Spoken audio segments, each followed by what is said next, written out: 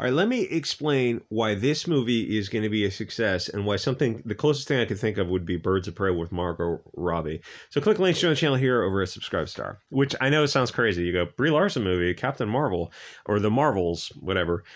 Why it's going to be a success, maybe not $1 billion, but... Okay, so the female movies that have come out lately, not necessarily superhero movies, but like Charlie's Angels or the Terminator, or even the last X-Men, which had a little female focus, or the cable show, the Batwoman, which went for 3 years and I could not have possibly made money and was later made into a movie that they completed it, I think almost all the editing, like the movie was filmed, and then they canceled it because it would be better as a tax write-off because the movie would have hurt their reputational harm for some reason, because it was, I guess that was a nice way of saying it. It was really, really bad. They were kind of more honest about that than I suspected when they were talking about that.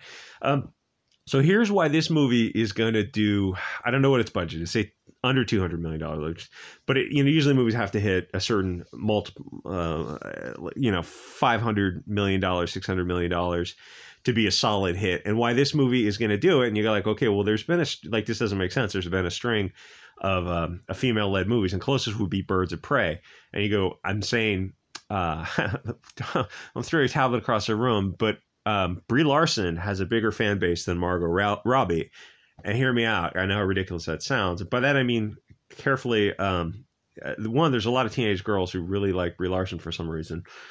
She looks like an android to me. But the next thing is, you think Margot Robbie is a beautiful girl, good actor, beautiful woman. She's been in movies like, what's she known for? Well, she's known for that first DC movie. And you keep in mind, this is Marvel versus DC. The first DC movie, okay, well, what was she doing in that? Well, she was in short shorts, like very, very skin tight, short booty shorts, like just almost like, I don't know, swimwear or something. It was so tight, right? Like just lycra short type of stuff. And a t-shirt. And just, she was probably 30 years old, just like peak physical, just at the best shape of her life, looking as just hot and sexy as she possibly could. Just being, it wasn't too ridiculous, but it's like, that's what she was known for that first movie, Squad Number 1, right? And then I think Birds of Prey came out first, bombed, and then Squad Number 2 came out second, bombed. Well, so that's the difference? Squad Number 2 is it's like you got 5 chicks in the lead, and in this movie, and I will admit this is a great cover, but a great cover is not going to help the movie. Why would that, like, you had 5 chicks, they were not body diverse, but they were age diverse. There were a couple chicks who were in the 40s and 50s playing the roles. And the movie absolutely bombed, and part of it had to do with the booty shorts, the lack of the booty shorts. In fact, the previews showed her walking around and she's wearing a jacket made out of feathers or something, and she drops a hamburger, but she's all covered up. It was an entirely different presentation of Margot Robbie playing Harley Quinn. And that was what people were on board with. They were on board with Squad Number 1, where she's walking around in booty shorts because she has a fantastic body that she worked very hard for. And if I was an actress, let's show it off while I've got it. Show it off while I'm under 40 and shred it. It's like, you're not going to have that body forever. Use it while you can. Like, there's no shame in that. Like, you haven't eaten carbs your whole friggin' life. You're down to like 15% body fat. Why wouldn't you show that off? Because, Hollywood's in its own world. So she had a bigger fan base, and she's more well-liked than Brie Larson at the time when people associated her with skin-tight booty shorts. And then she did Birds of Prey because she wasn't in that, and it bombed. And it was, it was not a good movie. It wasn't as bad as people... It didn't deserve to bomb as hard as it did, but people were already associating Hollywood with woke girl power type of stuff. So it bombed. And then Squad Part 2 came out, and believe it or not, that bombed also. Part of it was it was a little too much girl power, and there was no sex appeal in it whatsoever. And you say this on Twitter, they had this, when the movies came out, they had this discussion, and the kids immediately come out and say, just ad hominem attacks, say, oh, you people are going to enjoy yourself in the theater. Oh no, you can't get to, enjoy yourself to these kind of movies. It's like, it's just a childish attack to say that. That's what the character was known for, being over the top. And the thing is, in case you haven't read comics, you notice that a lot of comics are like that. They're over the top sex bomb type of characters with, at least in the 80s and 90s. And to be fair, in the 90s, they went a little bit too far, but they were ridiculous presentations of both the male and the female form. Neither one looks like that. Neither people look like that. Even the best athletes, rarely, nobody looks like they're drawn in comics. And they're only concerned about the women for some reason. They never look at the men and say, "Oh, we want more of a beer belly on this character." It's like, nobody wants a beer belly on the character. But it's also the same with the chicks. You want these superhero characters who the 80s and 90s had, like, I will admit, like a double D, a D cup is a bit excessive, and they're gravity defined. It's like that's a bit much for the character. You can dial it back to a C cup, but they still have to be lean, and they have to work with what they have. Like Margot Robbie doesn't. She has a lean fit, like an athlete's body a little bit, but she's not like her cup. It doesn't overflow, if you know what I mean. But she looked great. She looks fantastic. I think she still looks fantastic. But they're not playing up one of her assets is her physical presentation. So she had a huge, and people do like her more. I don't mean. She just comes across as more human than Brie Larson. So people liked her more, but now they have two movies they associate with her with she's woke and she's not going to show off what she has, which is, friggin' just nuts. It's just absolutely like 10 years from now, she's going to look back and regret doing this kind of stuff.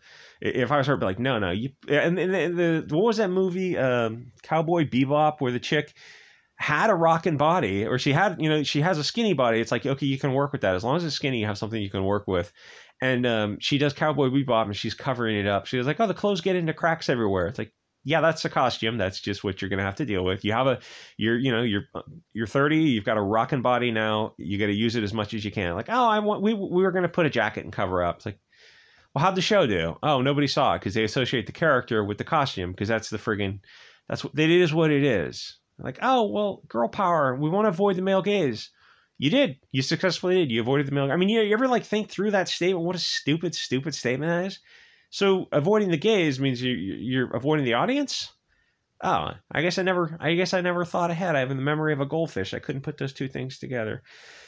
Where's I going with this?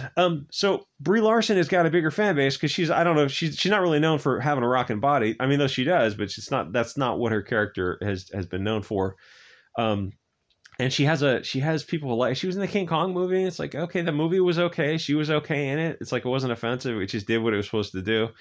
And she wasn't walking around in short shorts and like a tank top. It's like, she showed you she had a pretty decent body, but it's like, it wasn't part of the movie. And she's been in other more serious movies. And then she plays Captain Marvel. She does Captain Marvel. She does $1 billion because it's at the time, it was before the biggest movie in film history. I think Avatar must have come out and had a bigger budget. So yeah, it was the lead up. It was the penultimate movie. It did really, really well. So when I say Brie Larson has a bigger fan base now than Margot Robbie does, because Margot Robbie kind of burned her bridges, even though they might still personally like her, they're looking at it like, so why aren't you in those booty shorts again? And nobody's having that conversation because they know they'll just get attacked online if they ask that. So it's like they don't even bother having the arguments. They just don't go see the movies. So when I say this movie, it could hit $700 million and be a solid profitable movie, make like $100 million solid profit, like a just pure net profit. Yeah, it could easily do that because like they know what they're getting into with Brie Larson. Like, it's going to be kind of a girl power movie. It's going to be her, being kind of her wooden android self. But it's like, if you're already on board with Brie Larson, she hasn't switched anything up. So by now, the girls who were like, it's going to be, I think. Well, the thing is, Captain Marvel was a male audience. I think it was like 60+% male. I guess that's not a massive overrepresentation. But it's also the male audience who's dragging the female audience to it. Like if the male audience didn't go see Captain Marvel, it would have bombed. But it also would have bombed disproportionate because they're dragging most of the female audience to it. Like women just don't go see these movies. The Batwoman, the TV show, nobody watches that. It's all girl power.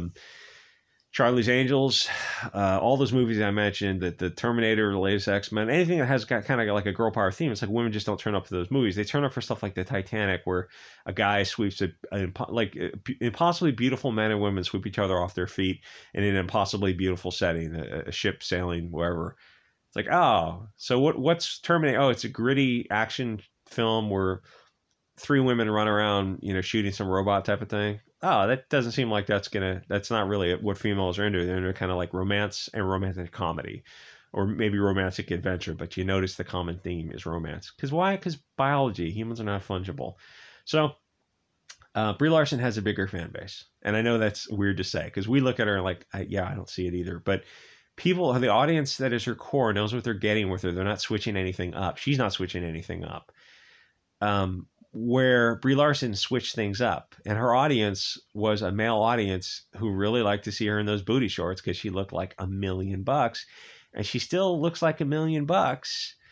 And why she doesn't want to capitalize on it? She had two movies that bombed: Birds of Prey and the S Squad Part 2. Both bombing movies. I don't know what she's in next. Like, she's probably going to continue to fail upward because she still has a rocking body and she can act and she's beautiful.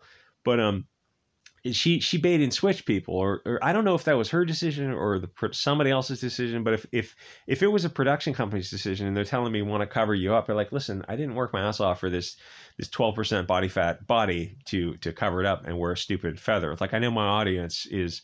It's not horny guys who have their pants around their ankles in the theater. That's just a stupid thing to say. It's people who appreciate a fit, beautiful actor.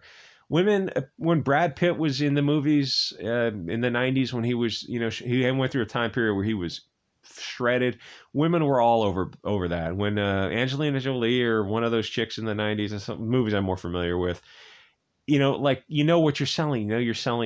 You're selling your target audience, and for some reason they seem to forget this. And you're like, oh, okay, so those two movies I mentioned, Suicide Squad Part 2 and Birds of Prey, so they both bombed. I don't know what the total was, but it was total probably like $150 million loss. Do you guys learn a lesson from that? We should bring back the booty shorts. Yeah, you should bring back the booty shorts.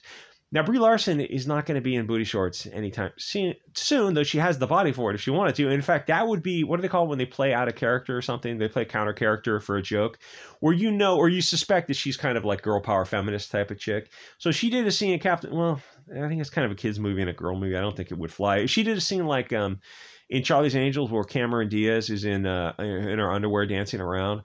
Like, Brie Larson could do a scene like that and it would work because it wouldn't be pandering to the audience, because the male audience is not going to go see this movie. It could be played for laughs. It could be a tricky scene. Like, she could pull it off, but I mean, they're not going to, like, that's just not what Hollywood is all about. Like, that kind of stuff you're just never going to see again. Like a Cameron Diaz dancing around in her underwear. I mean, you think back to those movies and you think, what dumb movies.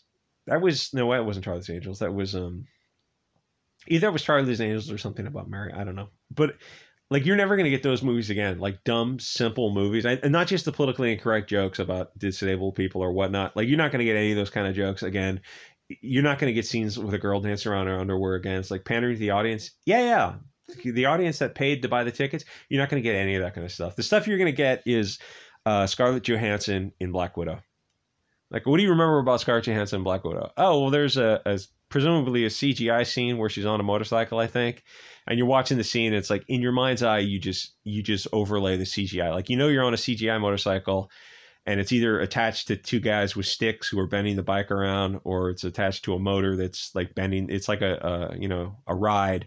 And it's like, but it's all green screen. She's not on a motorcycle. It's like every scene is like, oh, okay, so Scarlett Johansson, she was known for having kind of a body too. It's like, oh, it's so sexualized. When Iron Man said, I want one of those.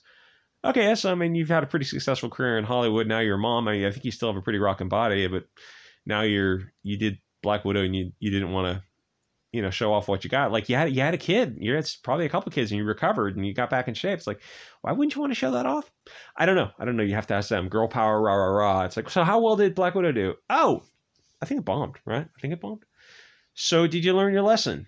No, they don't. I mean, they don't learn. These people are all effing absolutely out of their freaking mind. Anyway, so my prediction is this movie was going to surprise everyone. One, it's Marvel. Two, it's Brie Larson. She has a built-in audience. And they know what they're getting. There's no bait and switch with Brie Larson. It's going to be a kind of a wokish, girl power-ish kind of movie. And she's not known for booty shorts. So, like, if this movie comes out and it goes, oh, it got $750 million and Brie Larson's a powerhouse name in Hollywood, yeah, that wouldn't shock me. I think, like, if you think you're expecting this movie to bomb like Birds of Prey, this is Marvel, that was DC, and like the different factors I mentioned. So it's just my prediction. We'll see. I don't know when it comes out, probably a year from now. So, I mean, they go, okay, it's reshoots. They're trying to fix the reshoots and stuff. It's like, yeah, I still suspect it's going to be a solidly profitable film. Anyway, like, comment, subscribe, and I'll see you guys all next episode.